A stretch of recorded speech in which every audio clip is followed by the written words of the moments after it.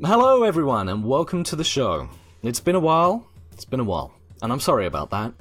But there's been a lot going on over at Shea Harrison. But don't worry, the show isn't going anywhere, and in fact, once my latest book is finished and released, more about that later, I will be concentrating more full-time on the podcast and even bringing in a new regular feature about Egyptian mysteries. So stay tuned for more on that. I've been really looking forward to this interview, not least because I've known Chris, sometimes from a distance, for quite a while now, but also because he's just about the most charming and erudite chap that I know.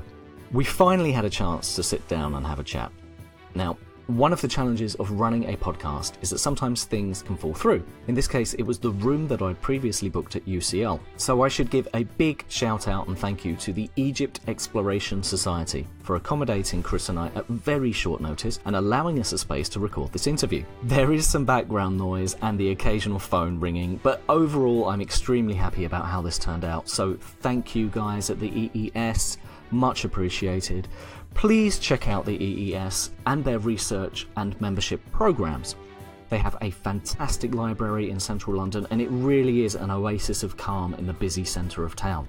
Okay, let's get down to it. Dr Chris Naunton is former director of the Egypt Exploration Society. He's appeared on the BBC and Channel 5 hosting shows covering everything from Flinders Petrie, the founding father of scientific Egyptology, to Tutankhamun, not to mention numerous other shows. He's currently the director of the Robert Anderson Research Charitable Trust, or the RARCT, a London-based charity that provides support to visiting academics, and he's president of the International Association of Egyptologists. And on top of all of that, he has just written a fascinating, and I mean that sincerely, fantastically interesting book, searching for the lost tombs of Egypt, which takes us on an historical and modern tour of the potential sites of the final resting places of some of the most famous ancient pharaohs and personalities from history. It really is my great pleasure to introduce today Dr. Chris Naunton. Chris, welcome to the show. Thank you very much for having me. Oh, no, thank you for coming on. It's been a while and we've been planning to do this for... We have. What feels like ages now. It is ages. Yeah, it is actually ages. So, disclaimer, Chris and I have known each other for, I don't know, kind of a while. At least a decade. Yeah. Yeah. At least 10 years. At least 10 years. Maybe 15. Maybe. Time's really flown. It really has. Yeah. You look good. Thanks. Likewise. I'm sure I look better. I like to think I look better in the past. That's why I started telling people. I used to be very good looking. Oh yes, very, very in the past. Still the most dashing Egyptologist on the BBC, as I understand it. The book. Yeah. Let's get straight into the book. It's not your first publication, is it, by any means? But it feels like a debut. Yeah. It's my first book. It's not the first book that's got my name on it, but it's the first. Yeah, it's the first book I've written. And everything else is in some way either sort of academic-y or edited, or not. This wasn't edited, but you know what I mean. More of an academic feel, and so this is the first time I've committed to a book-length project and seen it through to the end, with the possible exception of my PhD. But I hated that so much, and just don't ever want to really even think that it exists anymore. This is the first thing. That's fair. That's totally fair. Yeah. I can relate to that process is wearing. It really is. And not to discourage anyone out there who's doing one, but we feel for you. Yeah. We really do. What I liked about it and what really struck me from the get-go was that, and as someone who's written an academic book and tried moving into a more accessible realm, it was very accessible yet packed with detail. So, what was the process like for you? Was there lots of self-revision, or did you just go? Not a lot, actually.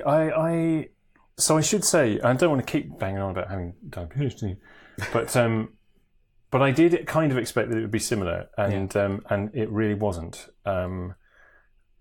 So first of all, it was very freeing not having to provide as much detail in terms of footnotes and bibliography, and it was made clear to me pretty early on that the publisher felt that those kinds of things were an encumbrance.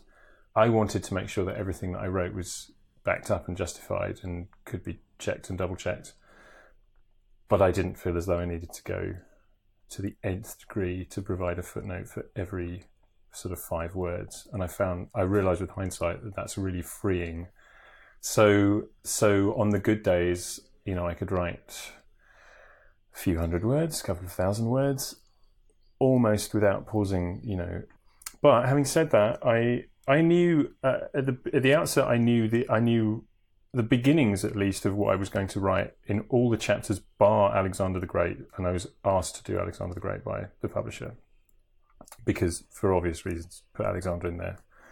But I did have to go away and do quite a bit of research for every one of the chapters, and that actually was kind of a joy. The other thing that was freeing about it is that, although this brings with it certain anxieties, because it's a book that covers quite a lot of ground, it isn't specialist in that way. So I'm in that way. I suppose I'm sort of saying, no, I'm not the expert on either the tomb of Imhotep, or the Middle Kingdom, Second Intermediate period, or the Amarna period, or do you know what I mean? I'm not a specialist in any of those things, and I'm not writing for that kind of audience. So that kind of freed me from the pressure of having to do something that was, pushing the envelope and, going to make an original contribution to research. I hoped it would be entertaining and enlightening, but it didn't have to be new in every single sentence. And that was a pressure I really felt, I think, when I was doing my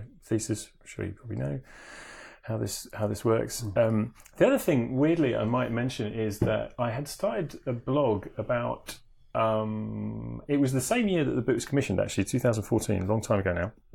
I'd started a blog about gigs, what I had been to in my life. And that was, I never intended really to sort of share that with anybody. And it was really just, not exactly a stream of conscience, but it was just anything I could remember about these gigs. I had all the tickets, that was the thing, to all the gigs I'd ever been to. So I just wrote what I could remember. And obviously I didn't have to justify any of this stuff, because it was, from the outset, it was entirely my memories. Yeah. So it couldn't be wrong. Yeah. And in fact, I kind of said right at the outset, I suspect I probably am wrong in a lot of ways, but the whole point is this is what I remember. And that was incredibly freeing. And I just wrote it exactly as if I was having a conversation in a pub. And that helped me, I think, to try to free myself from writing in academic language and writing more conversationally. And I don't know if it worked in the book, but I was trying to do that. I was trying always to think, how would I say this if I was just trying to explain it to somebody who doesn't come with specialist knowledge over, the length of time it takes to drink a pint. And that's the thing, isn't it? Because it feels more like a conversation than a conference that's being delivered. Yes, essentially. That's what I was trying to do. I wanted it to be a book, because Thames Nelson have published a lot of books that I really like. They publish a lot of kind of reference-y books that you sort of dip in and out of. They do a lot of very heavily illustrated books. So they're the kinds of things that you wouldn't just, turn page after page after page. And I really wanted that to be what I was doing. I wanted to write a book that you could, in an ideal world, people might have by the bedside and, and turn page after page. I wanted it to be a sort of gripping story. Yeah. So it did, I kind of felt like I had to be talking to people as if we were on, good friendly terms. Not like the idea of it not being a conference thing is exactly right. I didn't want it to sound like a lecture. Yeah. From my perspective, you succeeded on that front, because I did get absorbed. I really did, and and I guess that this question does actually follow, and it was one I wanted to ask next anyway.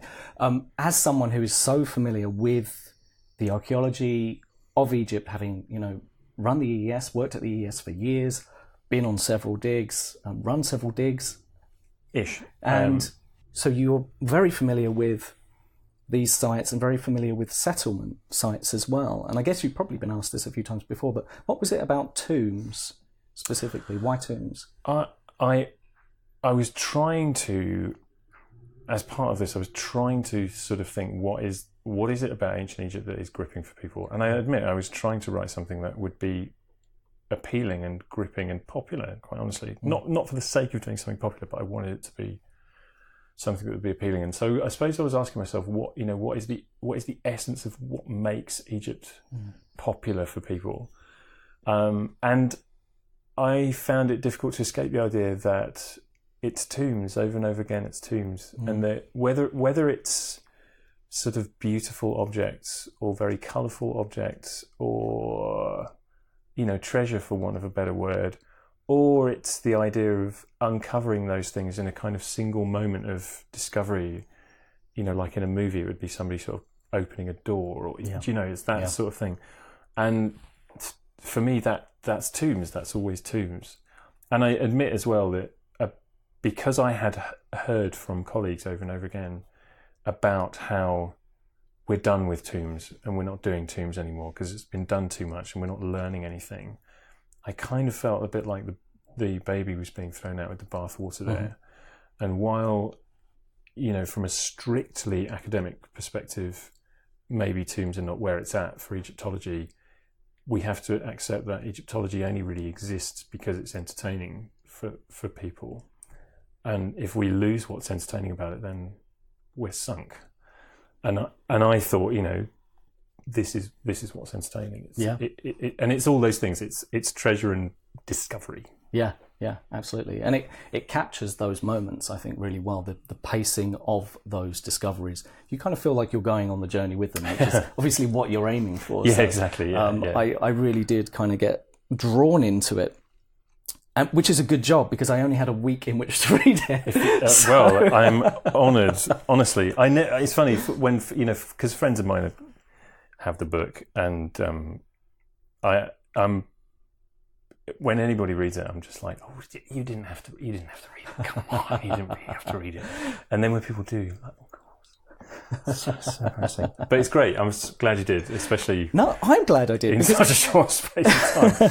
It plugs into so many of the things that attracted me to Egypt in the first place, though, and that's where I think I've been full agreement with the idea that Egyptology, and I even kind of alluded to this in my own work, as a discipline, relies on the interest and kindness of non-specialists. Yeah.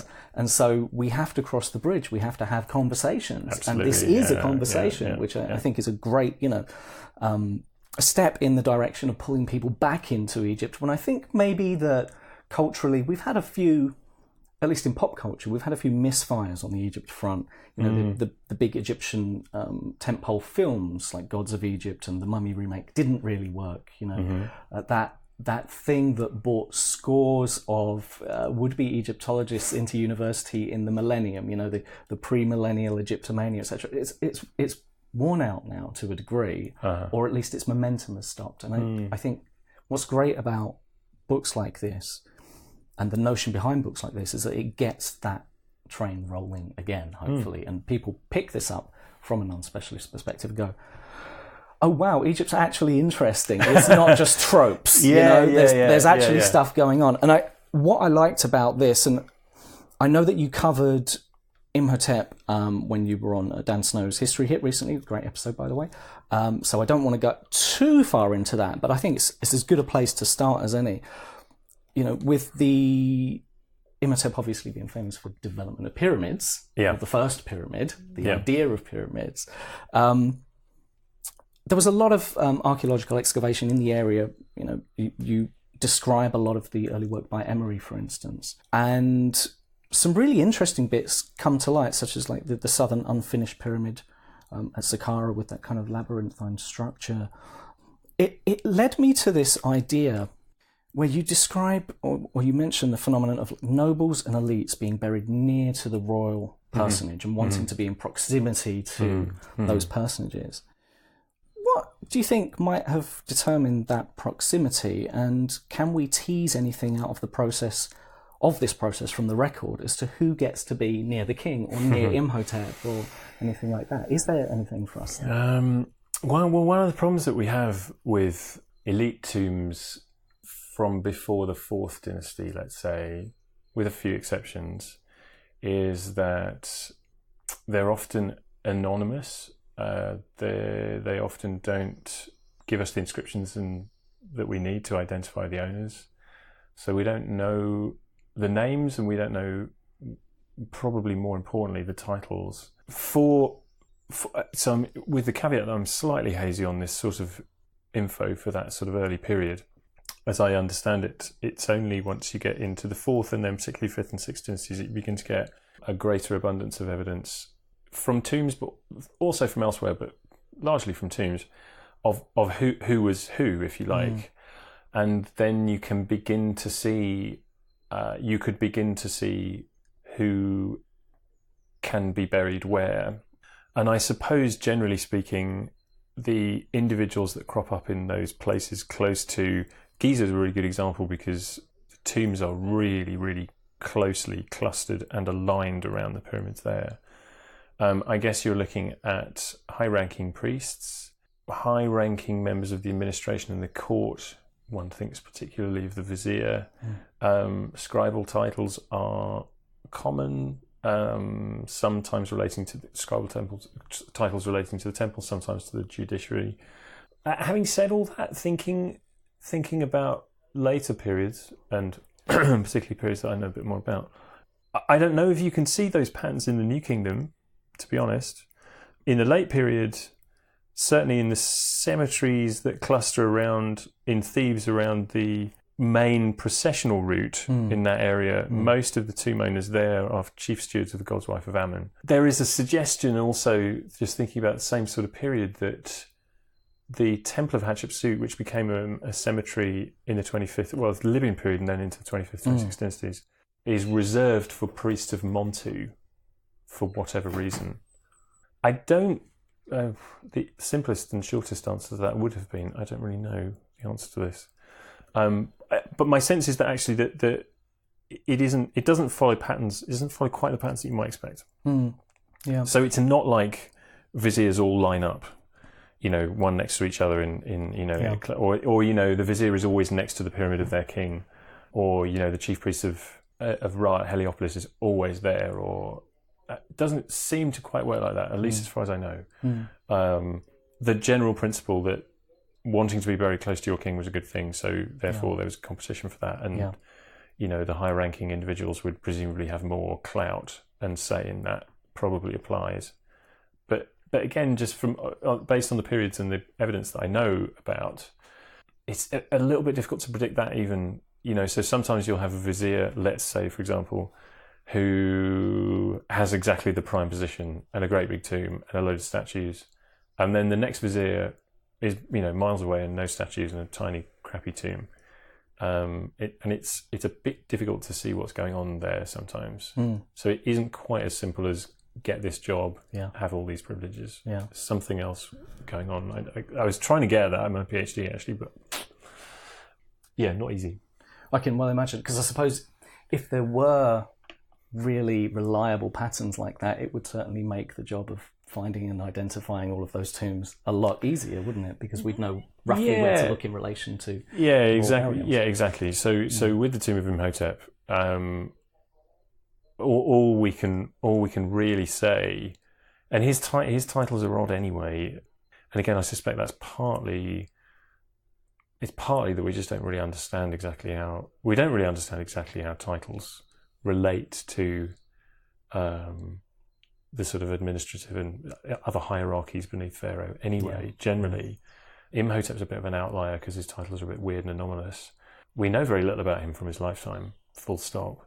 All we can really say is that, all the evidence points to his having been buried at Saqqara, and at the time he was alive, or rather at the time he was close to death or would have been preparing his tomb, the North Saqqara Plateau is the place.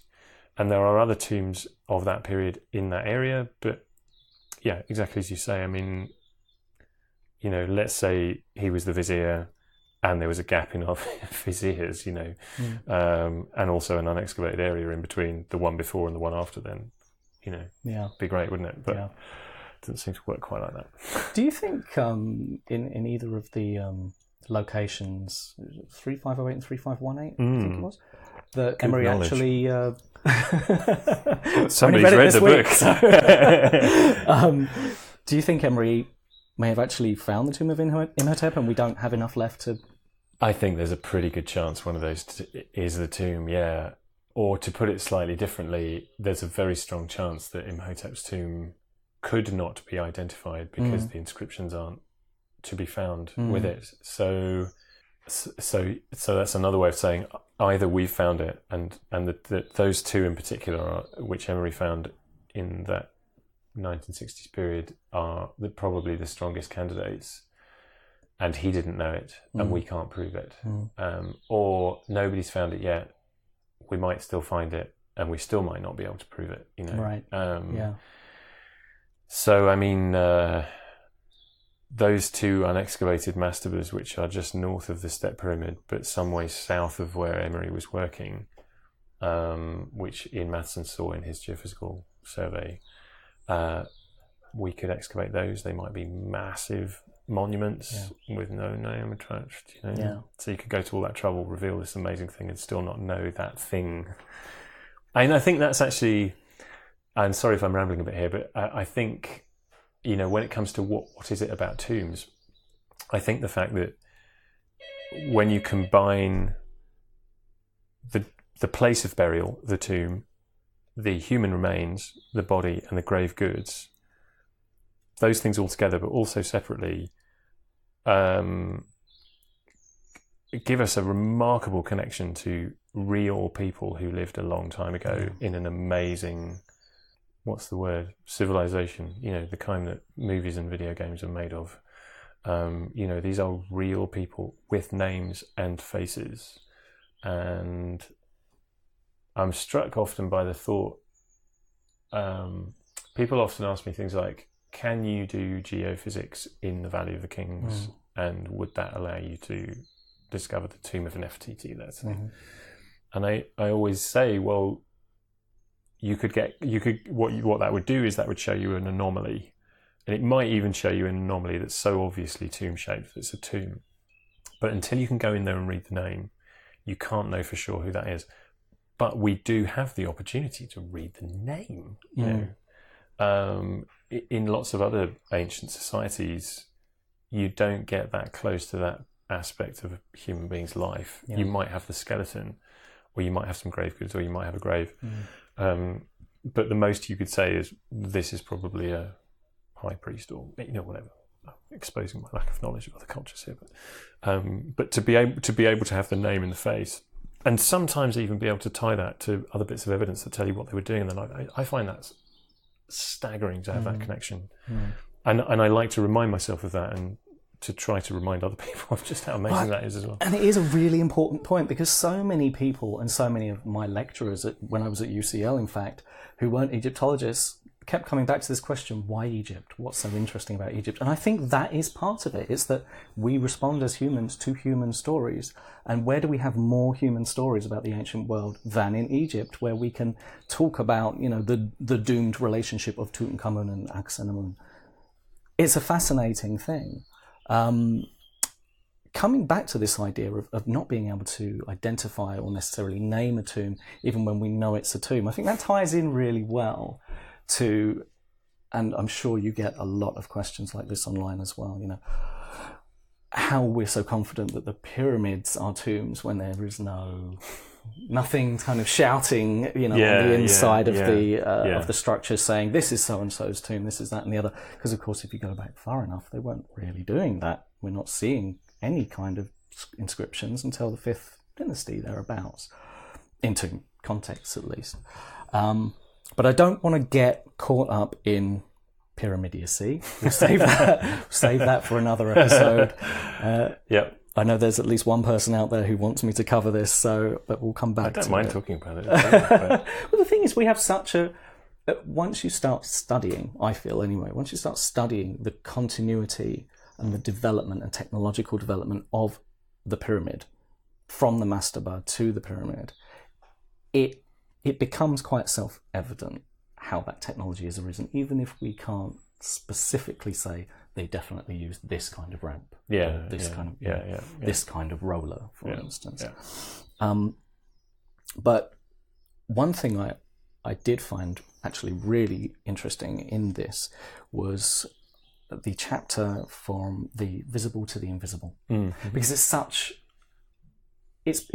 a kind of mysterious point from the outsider perspective. I think in some ways we think of pyramids, Egypt is pyramids, and then it's Valley of the Kings, because that's what you get on most tours. Yes. And of course, the reality of it is that it's far more convoluted and interesting of what was happening in that process between obvious tomb, very lootable, to Valley of the Kings, higher security, you note, and I think this is kind of an interesting and significant point really, that the whole Valley of the Kings thing may have been established earlier than was initially believed. But can you talk us through a little bit of that process of, the visible to the invisible? Yeah. Why from pyramids down to rock faces? I think the key, and this is partly where I was sort of going with this chapter, actually, with that thought. I think the key is what happens in between. So I totally know what you mean about tours. You're absolutely right. If you go from thinking of, even if you're thinking about late 12th dynasty pyramids, which most people don't see on tours, but even if you think about those, they're still massive visual monuments. Okay, they are a little bit away from where people were living, but you can't argue that they were meant to be hidden, And if you make the jump then from that in your mind to the Valley of the Kings, then it does seem like a massive shift. But I think the key is in the 13th dynasty. That was the point I was trying to make anyway, really. And what you see in the 12th and into the 13th dynasty is a change in the technique of building pyramids. So, to put it bluntly, stone in the Old Kingdom, mud brick, in the core at least, of the pyramids in the Middle Kingdom. Yeah. So they're kind of cutting corners a bit there, you could argue. Yeah. And they are smaller as well. So the very biggest of the pyramids are the 4th dynasty ones, which is kind of counterintuitive in that you might think they just get bigger and bigger. Yeah, they do for a short period of time, but they reach their zenith pretty early on, actually. Yeah. But in terms of internal architecture, they are just getting more and more complicated, particularly in the 12th and 13th dynasties, to the point where in the early 13th you have some of the smallest pyramids ever built for kings, but they are ludicrously complicated inside, labyrinthine. That really is kind of the right word, because we think that part of the complexity was deliberate, and it was a deliberate attempt on the part of the architects to throw robbers off the scent. It was a security device, in other words. And we see lots of other security devices inside these pyramids as well, which are also used, by the way, they continue to be used after pyramid building itself stops. So one thinks of this amazing phenomenon of the construction of a burial chamber out of, as close as damn it, to a single block of hard stone. So in other words, what you get is a massive kind of bathtub-shaped thing, which is the entire burial chamber made out of one piece of stone, and then blocking stones put over the top of that, to create as impenetrable a burial chamber as possible, in anticipation, if you like, that the robbers were just damn well going to tunnel in through the pyramid. They were going to do it, but they weren't going to get the burial. And that survives beyond pyramid building. In all this sort of, it's difficult to escape the conclusion that the principal concern for the architects and the builders had just been to protect the body of the king, protect the burial, and it's not quite clear and entirely simple and straightforward. But you shortly after this, there is a shift of the royal burial ground back to Thebes. So the Middle Kingdom pyramids are in the Fayum, and then becomes a little bit difficult to understand what's going on because the country splits and the kings are in different places. But when Egypt is reunited at the beginning of the New Kingdom, by this point the kings are in Luxor, they're still building probably pyramids, in fact, at this point, pyramid-topped rock-cut tombs in the Theban hills. But it's only after this point there's the shift to the valley, and that does mean sending the tombs further away, and the superstructures disappear, and the cult places are separated, and we can't prove it. We can't get inside their heads, and there's no documents explaining this, but it's difficult, I think, not to think that this is just the latest attempt to stop robbers from getting it at royal burials. Yeah. And where the monumentality and visibility had been really important before, they just found other ways of delivering that kind of message, if you like. I get asked this question, and I'm sure you do as well, but when it comes to pyramids, I would be remiss if I didn't do the obvious and say, why do they get smaller? Yeah, good question. Again, we can't know this for sure, but I think having reached perfection in the reign of Khufu in terms of size, but also just as importantly, construction techniques. The building of a burial chamber within the superstructure of a pyramid without the pyramid collapsing in itself. It's just such a perfect monument. Great Pyramid. It's unbelievable. That was just a bit of an effort, wasn't it? And I think, that is it's got to be testimony to how centralised the state was, how powerful Pharaoh was at that time, to what extent the workforce, the population was bought into the whole myth of the king and the state with the king at its head, the whole worldview, Egypt, kind of Egyptian universe, if you like. And I suspect it was just harder to keep that going. I mean, they do obviously get smaller after that point. Having said that, the Pyramid of Khafra two kings later is a damn good effort at equaling Khufu's achievement, at least on the outside. Yeah. But subsequently, Menkaura's pyramid is much smaller. And then I think probably more important than the reduction in size after that point is the change in construction technique away from solid pyramid masses to rubble cores with solid, finer outer casings, which has resulted in the pyramids that have survived from the 5th and 6th dynasties looking more like sort of roughly triangular heaps of stone than true pyramids. Yeah, I know. I don't think we really got quite the understanding of what exactly was going on,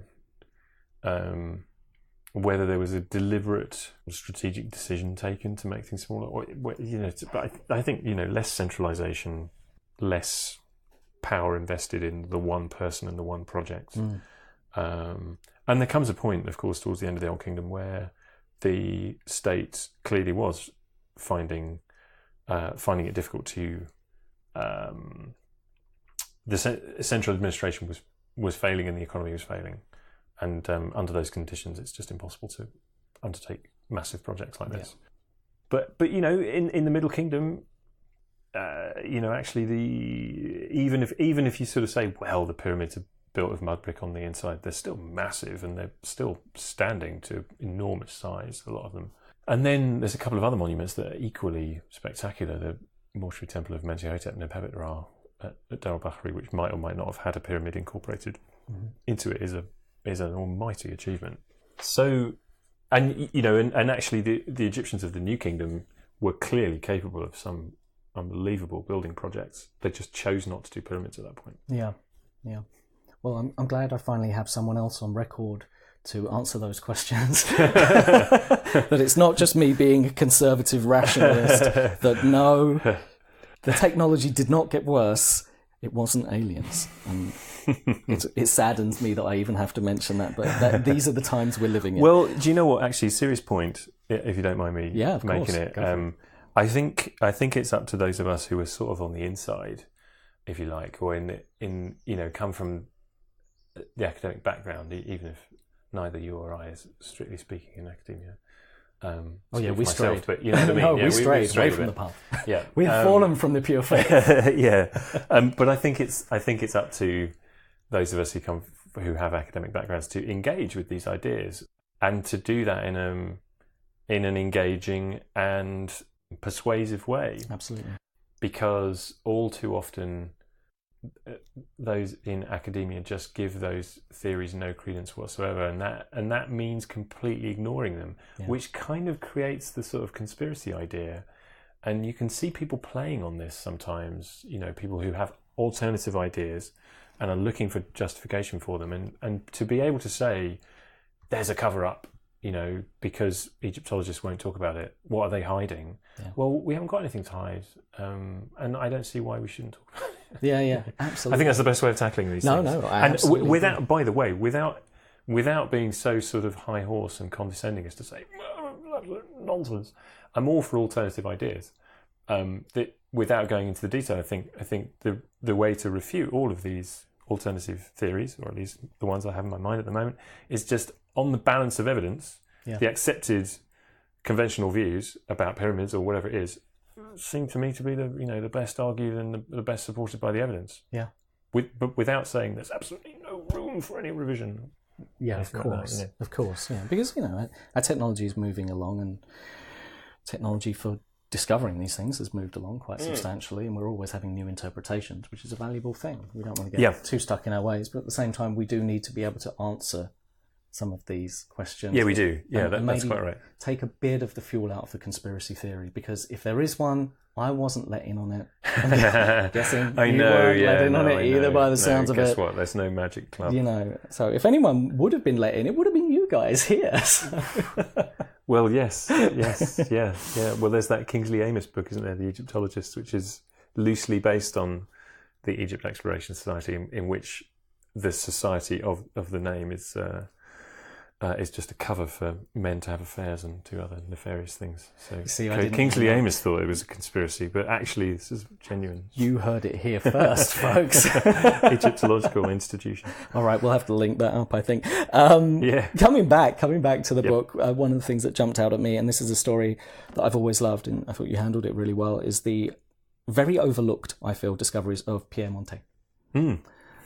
Could you take us through his discoveries briefly? Because I think they're fascinating stuff.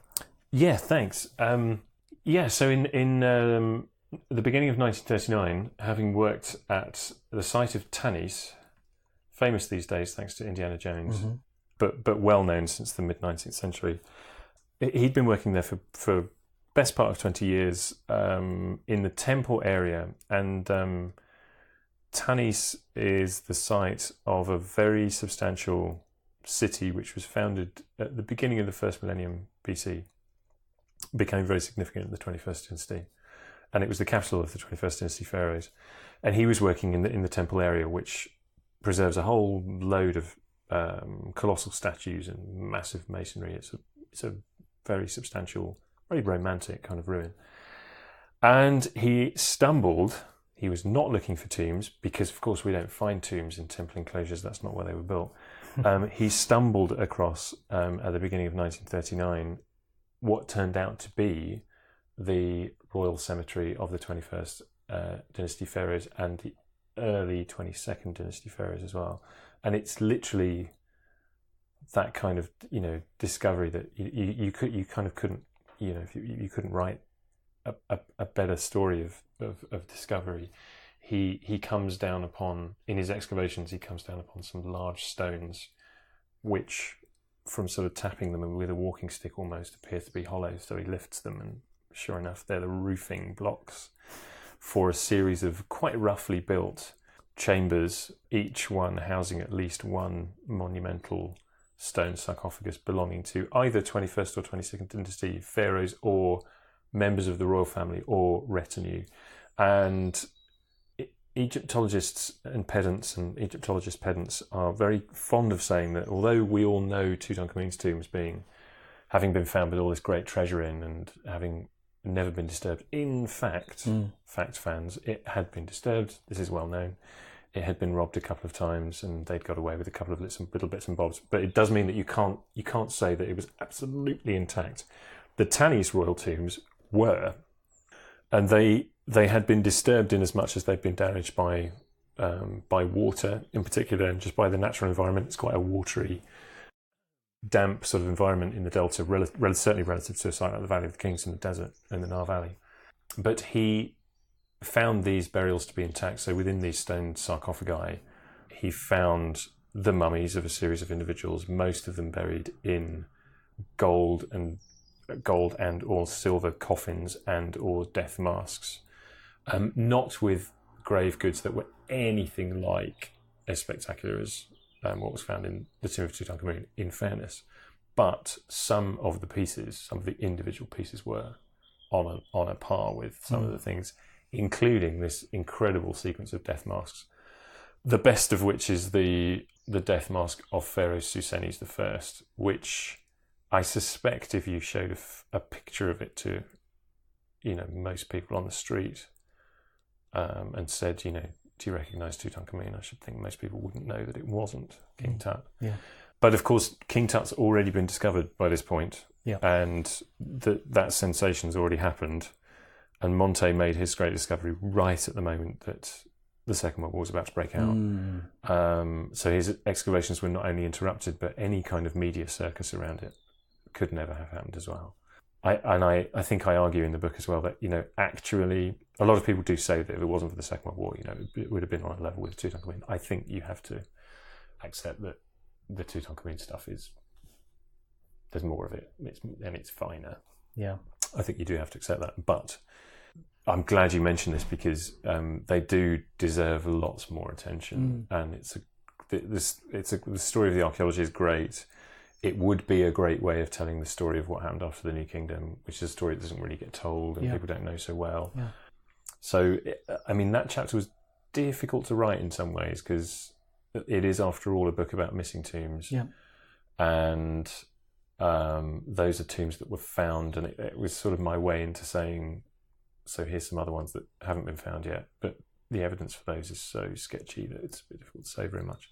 But I was glad to have the excuse, if you like, to absolutely. shed a bit of light on it. Yeah, absolutely. And it does highlight, as you rightly say, the role of the media circus, the role of timing in a way, and how recognised certain moments in history become. And this feels like he just missed the cusp of something there, whilst at the same time being, of course, wildly successful, like way more successful than so many other Egyptologists. No, that's right. Before or since. Right. So, he had his moment, and I feel like he deserves more of a minute in the sun, if we can bring that story to light more. So I was really glad it was in here. Yeah, personally. Yeah. I think it also maybe gives us a good opportunity to reflect on what it is about Tutankhamun's tomb actually that's so compelling, because it is, clearly, and it's clearly not only about gold, because the gold is there in Tanis. So, like I say, the death mask of Tut is slightly finer. So when you think about the modelling, it isn't just as though there was loads of gold in Tut's tomb, but the metal workers, the sculptors, the craftsmen were all as good as it ever got. Yeah. And I think there's something about the Valley of the Kings versus Tanis. Yeah. And I think there's probably something about the Amarna period versus the 21st dynasty. Yeah.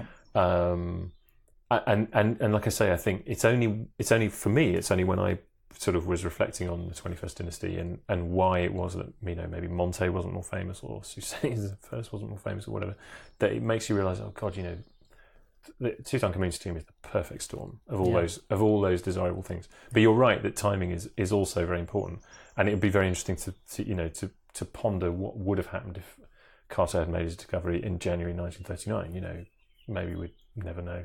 That much about it. No, absolutely. Kind of moving into the idea of searching for the tomb, and actually physically searching for the tombs. Archaeologists used to employ kind of the techniques of tomb raiders in a way, in some senses, of looking for red granite in certain areas where there shouldn't be that kind of stone, or seeing where water runoff would kind of fall into potentially hollow pockets, which might be tombs and chambers and things like that. Is this still the case in the field at all? Are people still using those ideas, or is it all in the library and? Well, in the end, as I was saying, I seem to get the question about GPR in the Valley of the Kings pretty much, ground penetrating radar, I should say, in the Valley of the Kings every time I do a talk about this, which is fine. But it's funny that seems to be what's in people's minds. In the end, excavation is still not being superseded as a way of finding things. So there are.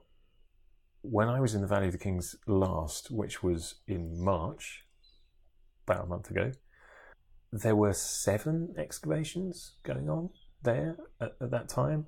And I don't know, but I think those are probably directed to those particular spots just on the basis that those particular spots haven't been dug before. Yeah. And it's not, obviously, it's not like you just go anywhere in Egypt that hasn't been dug. The Valley of the Kings is, after all, the royal cemetery. But there are people who have looked at things like features in the natural rock, which match features where, tombs have been cut before, you're absolutely right. Features which might actually not be natural and might have been man-made. There are things like graffiti. It really varies. I mean, to give you a completely different example, there are these 3 papyri that mention the tomb of Zorkon III, which make it pretty clear that his tomb's in the Theban necropolis somewhere, but it doesn't really tell you much more than that. So there's a whole battery of techniques that you could use. But in the end, yeah, I mean, it's difficult to escape the idea that if you're looking for one particular tomb or one particular person, as we are in this book, you've just, at some point, you're going to have to put a spade in the ground. Yeah. And I mean, we see kind of satellites starting to play a role as well, apparently, or satellite imaging and potential sites that could be excavated in the future.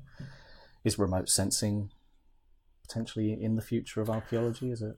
Well, I mean, remote sensing, the thing about satellite archaeology is, so-called, is that it's one tool, one remote sensing tool, along with a whole load of others that have already proven themselves to be extremely useful. So David Jeffries at UCL was using satellite imagery from the 1970s to track urban development in the region of the ancient city of Memphis, but also looking at geology, river movement, urban expansion, that kind of thing. I mean, you can have a load of fun just going into the satellite view in Google Maps over the Delta and spotting ancient sites. They just show up as big brown, round spots, tells, in amongst all the green fields. Yeah. They're dead easy to see. There you go, kids. Try that at home. Yeah, no, absolutely. I totally recommend it.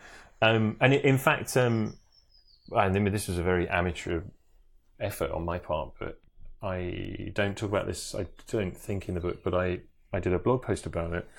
I wanted to go and stand in the spot where Emery may have found the tomb of Imhotep, and just went into Google Earth and created a map based on library maps that I had, and I sort of created a little ruler that had the same, so I knew I had the distances, and then resized my Google map to be the same. And then I don't know if it works or not, because I knew these features, or at least in one case, were going to be completely invisible on the surface. So we just went to that part of the desert where I was standing on my pin while I was holding my iPad, and that kept me happy. But I mean, in the process of all that, it was really good fun in the prep beforehand, just to see how many of the features which have pretty much been covered by drift sand, so are invisible on the surface, are still visible in the satellite images. But I mean, things like satellite imagery has not been as useful in Egypt as, for example, magnetometry. So, the great revelation that the Ramessid capital city, Paramessi, was at the site of the modern village of Cantir is the result of magnetometer work in the 1970s. And that, in the last couple of decades, has been used really extensively in Egypt, and it's revealed masses, not of, really game-changing stuff, but in terms of, the difference between knowing there's a city here somewhere and being able to see the walls of every house. That's really changed things. And from that point of view, the satellite imagery is not so good. Because you have, you mentioned 2 sites at least scouted out by Matheson in the 1990s. And so we have a picture where we know that there are 2 tomb-shaped or mastaba-shaped spaces underground, and yet they still haven't been excavated. Why is that? This is another question that I get a lot. I guess the assumption is, if there's archaeology to be dug up, well, why haven't we gone and dug it up? And I think the answer to that is just that there is far more still to dig up than there are archaeologists and resources to do it. And from a research perspective, in the end, lots of people just aren't interested in that. If you went to the most eminent archaeologist at the University of Great Eminence if that person was more interested in settlement archaeology, then they won't care two hoots about digging up two mastabas in the North Saqqara Plateau. It's also true that while they're underground, under the sand, monuments like this are in good, their condition is stable and they're sort of preserved. You dig them up, you're taking a risk. So you have to be really clear, if you're going to do that digging work, that what you're going to find is going to be worthwhile from a research perspective, and it's going to be worth risking the preservation of the monument to do it. So there's a lot to think about there, maybe that isn't immediately obvious. But I think, as much as anything else, this is great for writing a book like this, because it does allow us to say there is undoubtedly a ton of stuff yet to find, if you like. And it would be remiss of me not to ask, what are some of your favourites out of all of this stuff? Like, which one, if they would, and this was actually a question that came from Instagram earlier. Zach Golby, if you're listening in, this one's for you. If all of the tombs were to be discovered tomorrow, which one of those teams would you have wanted to be on, and why? That is a good question, isn't it? One of the things that was I'm sort of dodging the answer here. I will get to it. One of the things about writing the book is that as I was saying earlier, I needed to do my research on every one of these chapters to tell the story properly. But I ended up getting really into all of those stories. I think that I got most into, if that's the right word, the Amarna period story, and I'm almost reluctant to admit this because it's the thing. It's so many people's kind of favourite period. I know it's also a period that a lot of people shy away from, but the story of the Amarna period is just too good. And I was very conscious, actually, when I was writing the book as well. Sorry, I'm really rambling here. I was very conscious that there were two stories in parallel for most of the stories in the book. There's the ancient story of the person in the tomb, and there's the modern story of the search. And in the case of the Amarna royals, the sequence of discoveries of the royal tomb at Amarna, the cache at KV35, which we now know includes the body of Queen T for sure, 99% sure, and the body of Tutankhamun's mother for sure, so says the DNA, the KV55 discovery, and then the tomb of Tutankhamun. That all happens in 30-ish years, just over. And although it wasn't until decades later that we reached the understanding we have now, still massively incomplete, of what was going on. But the idea that with every one of those discoveries like a whole mass of new evidence, but also absolutely a curveball in sort of destroying all the theories that you might have had before.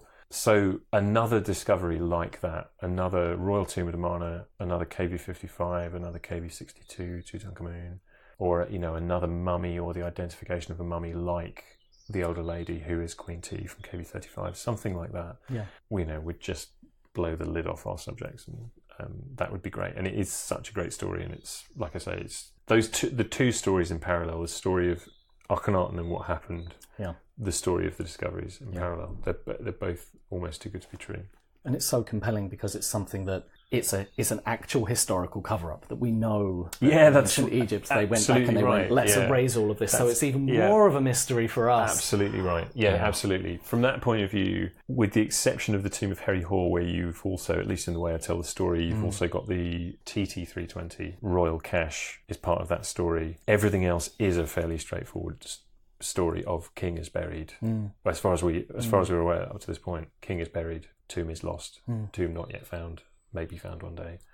You're right, that sort of ancient and modern conspiracy kind of thing is great. And speaking of, you note a couple of, shall we say, unorthodox digs that have been happening with respect to certain figures in the book, and the one that struck me was there were two that really struck me. There was the Siwa Oasis story where Liana Suvlati was looking for the tomb of Alexander at the Siwa Oasis, kind of against the evidence that we have, or at least the classical writings that we have that seem to point towards Alexandria very much so. Eventually. Eventually. Yeah. Memphis first, potentially? I think that's very likely, yeah. Yeah. And the thing that really struck me, and funnily enough, I hadn't put two and two together at any point previously, I guess because I didn't study Alexander whilst studying Egyptology. I actually got into him kind of out of personal interest years before. Didn't really come back to it until much later. That sarcophagus, big black sarcophagus that sits in the British Museum that I've seen 100 times, may well have housed his body for a while. You can construct that argument, yes. There's quite a lot pointing towards the idea that Nectanebo II's sarcophagus, which is what that was supposedly. Yes, it is. Well, it is. I mean, you read the inscriptions at face value, that's what it was for. Yeah. So we have the last great pharaoh, native pharaoh of Egypt, has his tomb prepared. Along comes the invasion, and then Alexander to kick out the invasion, and then Alexander, or at least Alexander's general, think it's the obvious. Yeah, it's too obvious to not put his body in there. I mean, we have to admit that there is no evidence that it was used for Alexander. Right. It's just that you can construct this story which does add up and it does make sense. So we can't prove it, but it is a great story. And it does make sense, and there's at the moment we have no evidence for any other, Memphite or even Alexandrian burial really for him. It's just too good to be true that sarcophagus ended up in Alexandria and ended up being claimed to be the tomb of Alexander by the locals. Yeah. So I mean, when we say there's no evidence, there's circumstantial, not evidence per se, but there are circumstances pointing towards it. There's a lot of hearsay pointing towards it, which isn't necessarily a good thing, but it chimes with. It would never stand up in a court, but it chimes with the idea. I think, and it's also, I find it very interesting that this myth that in fact. Nectanebo II was Alexander's father. Oh, love that. Isn't that great? So great. And the idea that that myth may actually have been created by Ptolemy I as part of his attempt to create a narrative legitimizing himself, again, is the connection between that. It obviously greatly strengthens the connection between Nectanebo II and Alexander. Yeah. And again, it's all pointing in the same direction. It is a great story. It really is, I love going to those stories because there's so much compelling human drama happening in that period, the Ptolemaic era. And of course, we can't really. And I've got so many questions to ask you, and so little time, and it makes me sad. But whilst we're here and whilst we're talking about the Ptolemies, of course, it would be remiss to not ask about the tomb of Cleopatra. We've never found this. Yes. Obviously. Yeah. We can't really excavate Alexandria modern, really, in the places where we think it may have been. Yeah. But Cleopatra, what's your say on this? What's your take on this? Honestly, I think the tomb was... So there's only, to be honest with you, there's only really... What I had in mind when I set out to write this chapter is that there is currently, and has been since the mid-noughties, a project, whatever it is, 30, 40 kilometres west of Alexandria along the coast at the important site of Taposiris Magna, which has made no secret of the fact that it is motivated by the search for the tomb of Cleopatra in that place. And that project and the director, Kathleen Martinez, I hope she won't mind me saying, is regarded as a bit of a maverick endeavour. And why is that? Because there's, I suppose partly, I say it's regarded as a maverick by the academic establishment, I should say that. And that is because I think the academic establishment is generally suspicious of archaeological work which has in mind sensational discoveries. So the same, from that point of view, might apply to the current excavation work in the Valley of the Kings, in Kathleen Martinez's defence. Sure. Also, though, there appears not to be a great deal of evidence for pointing to Taposiris Magna as the location of the tomb.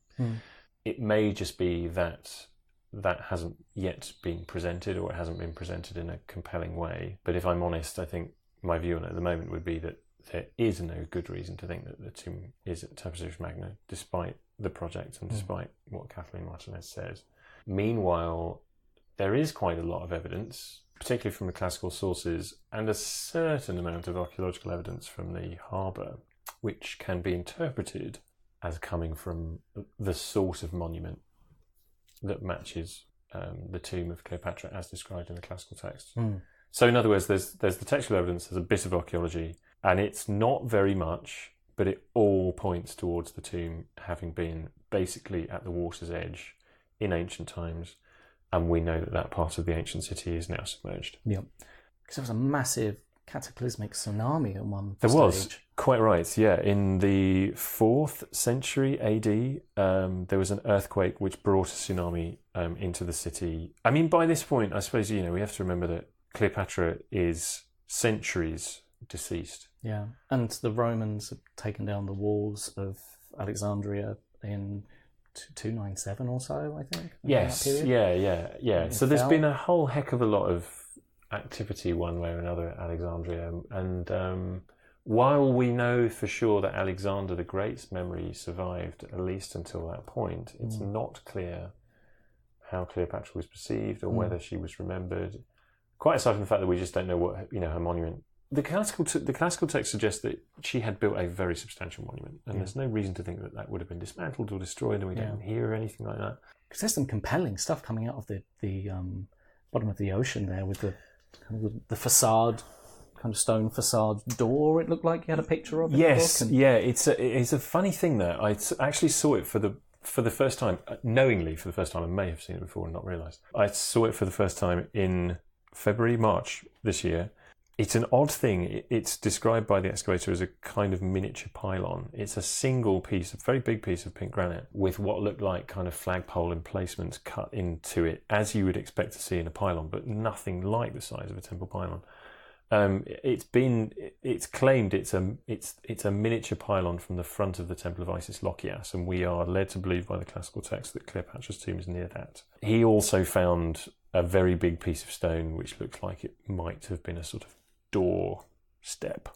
I think there's a bit of wishful thinking going on there. You don't think the body of Cleopatra is down there somewhere? I'm afraid I don't know. Kept safe. No, by I'm afraid I don't sarcophagus. think. No. Probably more likely robbed and stripped of all of its wealth way before that period, I'm guessing. It's difficult to know that. I mean, it's also worth pointing out that we don't have anything like that for a single one of the Ptolemies. I think there are 2 exceptions, if I remember rightly, royal women from the royal family. But the Ptolemies themselves, Cleopatra, in other words, the vast majority of the players from that period of the members of the royal family, we just don't have anything. And again, the text suggests to us that they were buried in this grand mausoleum for the royal family, the Soma, the Sema. Yeah. That doesn't survive. Yeah. So, in some ways, you might expect Cleopatra's mausoleum to have survived a bit better, because it sounds as though it was a very substantial structure. It wasn't. It seems as though it was intended for her burial and Mark Antony's burial, and then it was going to be sealed, and that was that. Yeah. The Soma is different in that that was a family vault, so that would have been. And it seems as though that was a thing that you could visit. Lots of people talk about going to visit the body of Alexander the Great, and at least of the possibility of seeing the bodies of pharaohs. Yeah. That to me suggests that it might somehow have been less secure, more prone to change of one kind or another. But yeah, I mean, we mustn't expect things to survive, Yeah. We're very lucky in Egypt that things do survive to the extent they do, but we shouldn't expect it. Especially not in Alexandria, which is... Yeah, you're right. The unique circumstances of Alexandria are not, unfortunately, conducive to the things having survived. And that is a terrible tragedy, because it's a relatively, I think, by Egyptologists, forgotten part of the country's history and heritage, and it would have been a unbelievable place. So, absolutely. Yeah, tombs included. Well, I hate to bring this to an end, because I really wanted to just wring another hour out of it, but we don't have that. So for now, I'm going to have to thank you for coming on and ask, where can people find you? And the book, by the way, of course, Searching for the Lost Tombs of Egypt, available in all good retailers. Yeah, and available in all good bookshops, and probably some bad ones too, hopefully. Good stuff. The more the merrier, man. Yeah. You can find me at chrisnaunton.com. Google my name, and you'll probably find my website, Twitter, Instagram, Facebook. And we'll link all of those up in the description as well. Marvellous, thank you. Chris, thank you so much for coming on. It's been a pleasure. Cheers, man. Cheers. As I mentioned in the podcast, I had a dozen other questions that I wanted to ask Chris, but unfortunately there simply wasn't time.